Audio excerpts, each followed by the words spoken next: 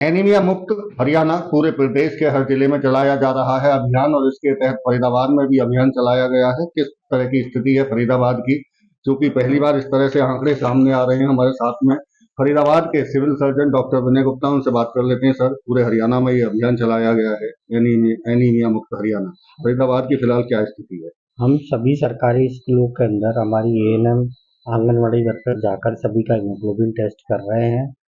Total 378 सरकारी school है, इसके अंदर करीब 1,20,000 बच्चे हैं।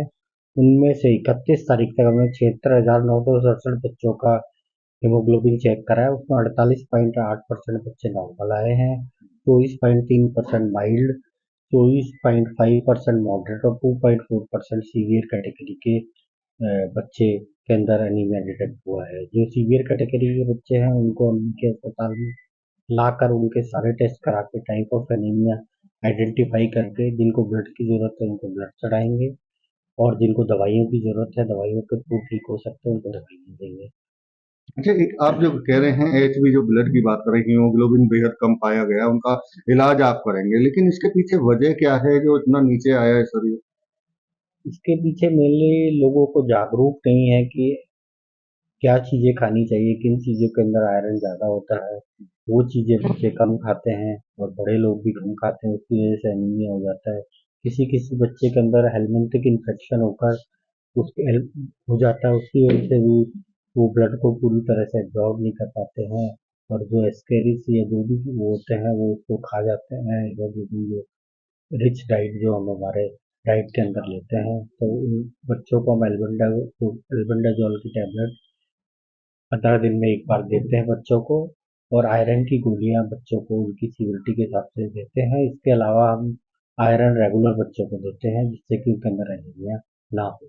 अच्छा, आपने चूंकि इलाज का जिक्र किया कि सिविल हॉस्पिटल में ऐसे बच्चों का इलाज भी कराया जाएगा, इलाज की क्या प्रक्रिया है, कब तक वो इलाज चलेगा, क्या कोई अलग से व्यवस्था की गई है इसके लिए वार्ड की? हाँ, अलग से 20 बेड का एक वार्ड पीडियाट्रिक के अंदर बनाया गया है। जो भी बच्चे आएंगे हमारे उनको यहाँ शिफ्ट करके उनको इवेलुएट करके हम उस जिस तरह का एनीमिया आएगा उसी हिसाब से उन बच्चों का इलाज करें।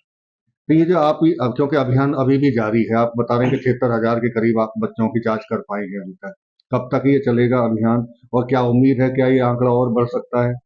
अभी हम मैंने जैसा कि आपको बताया 1,20,000 के करीब बच्चे हैं, उन सभी का हम हीमोग्लोबिन टेस्ट करेंगे और ये प्रक्रिया चल रही है। आज भी लोगों बच्चों का टेस्ट हो रहा है। जैसे ही ये कार्यक्रम कंप्लीट हो जाएगा उसके बाद हम उनके ट्रीटमेंट पार्ट के ऊपर जोर देंगे। इसके अलावा हम आयरन की टैबलेट हमने शुरू कर दी है, जरूरत के हिसाब से उनको आयरन की टैबलेट भी दी जाए। एक सवाल और है सर, आप सरकारी स्कूलों की तो आप बात कर रहे हैं, वहाँ के बच्चों को आप जांच कर रहे हैं, लेकिन आंगनवाड़ी है या दूसरे प्राइवेट स्कूल हैं या जो बच्चे स्कूल नहीं जा पा रहे हैं, क्या उसके लिए भी कोई कैंप आयोजित करा रहे हैं, खासतौर से ग्रामीण क्षेत्र में? अभी हम स्कूलों के अंदर और आंगनबाड़ी एरिया के अंदर ही कैंप लगा रहे हैं। जैसे ही हम इस कार्य को कंप्लीट कर लेंगे हम प्राइवेट स्कूलों के अंदर भी कैंप लगाएंगे और बच्चों का हीमोग्लोबिन टेस्ट करेंगे। बिल्कुल, ये थे हमारे साथ में डॉक्टर विनय गुप्ता, फरीदाबाद के सीएमओ, जो एनीमिया को लेकर जानकारी दे रहे थे कि पूरी जांच की जा रही है बच्चों को। 1,20,000 जो इस सरकारी स्कूल में पढ़ने वाले बच्चे हैं उनमें से जांच की जा रही है और इसमें से जिनका एच भी कम आया है उसको लेकर उनके इलाज की भी व्यवस्था फरीदाबाद के सिविल हॉस्पिटल में अलग से 20 वार्ड बनाकर उनका इलाज कराया जाएगा। फरीदाबाद से देवेंद्र कौशिक, इंडिया न्यूज।